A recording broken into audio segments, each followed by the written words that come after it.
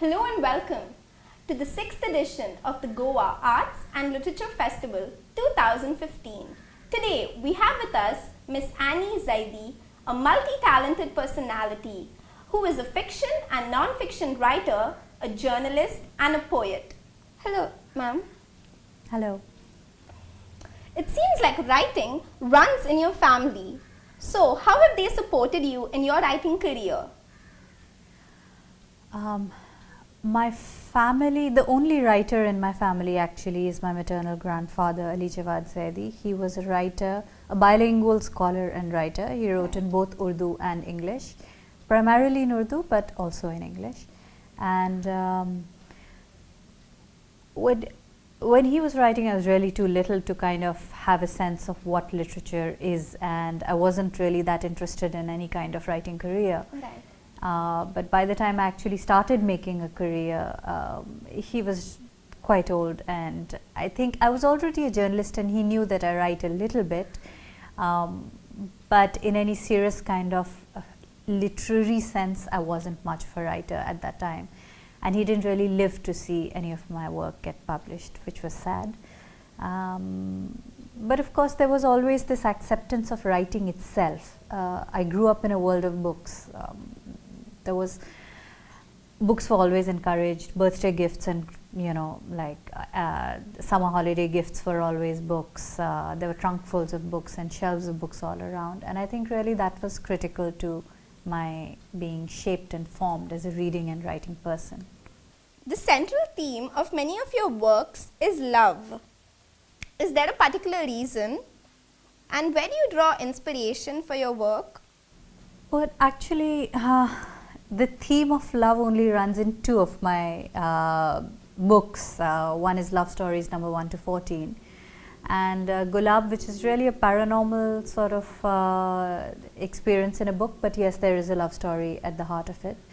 I suppose the reason really is that I think love is the most, it is in many ways the driving force for humanity. I don't see love as being outside of other social issues. It is at the heart of everything. Between life and death, there is really love, and all our decisions are built upon how to get it, how to avoid losing it, and all of that.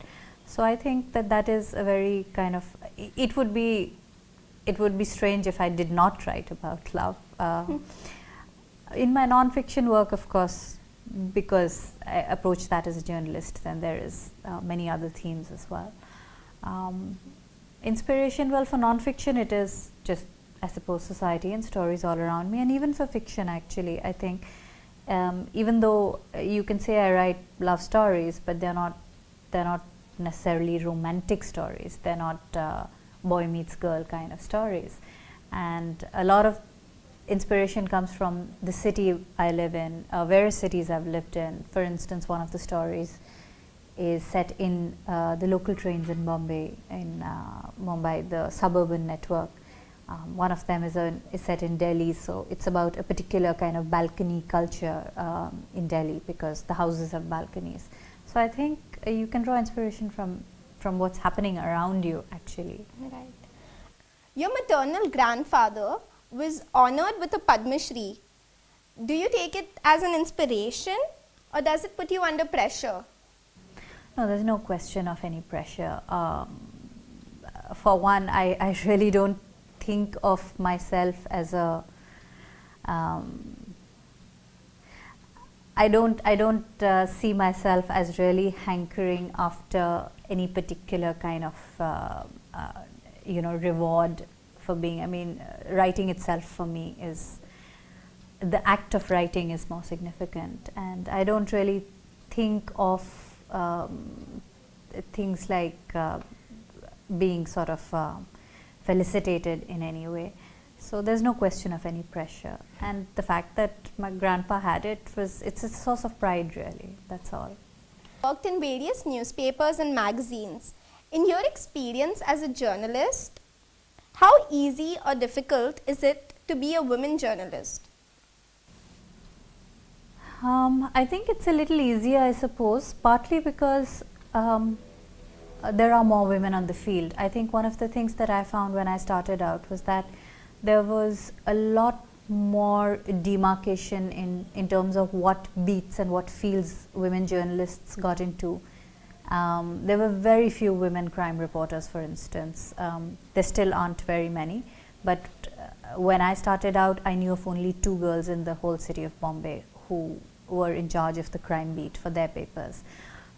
Very few people do police, very few women do, the police beats, the court beats, and the more kind of what you can say, the kind of beats that force you to be out at different hours in all kinds of places and force you to deal with often unsavory or criminal elements.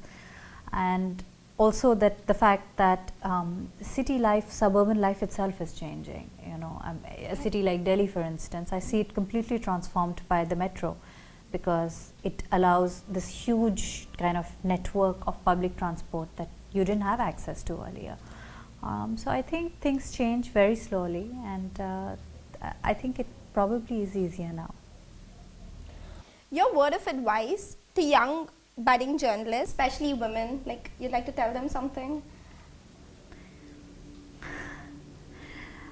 I'd like to tell them not to be afraid, because so much of the fear is inside your own heads and hearts. I'll give you a very small example. My first book is called Known Turf, Bantering with Bandits and Other True Tales. I was at the time working with this magazine called Frontline, and one of the first stories I did out of town, like having to travel out of the city and going alone into the field, into villages, was when I wanted to meet dacoits. Older dacoits often, but I wanted to investigate the story of why this area in Chambal, why this particular area gives rise to so many dacoits. And I was very nervous about going out, because I was going out firstly alone, secondly I had never traveled on my own, just chasing a story, not having too many people to fall back upon. But as it turned out, it was all right. Yes, it's a little difficult. You have to make a lot of phone calls. You have to ask for help, not just as a woman, just as a journalist. You have to pick up the phone and ask people things you don't know. How can I get in touch with so-and-so? Can you help me go to so-and-so place? But once you do it, you realize that it's not really as hard as people make it sound. Do you believe in the saying that success lies outside your comfort zone for how women are in today's time? Well, I wouldn't use the word success, because success is really how you define it. I mean, for some women, just being a homemaker might be, that may be all they want from life, and then that's all right too. But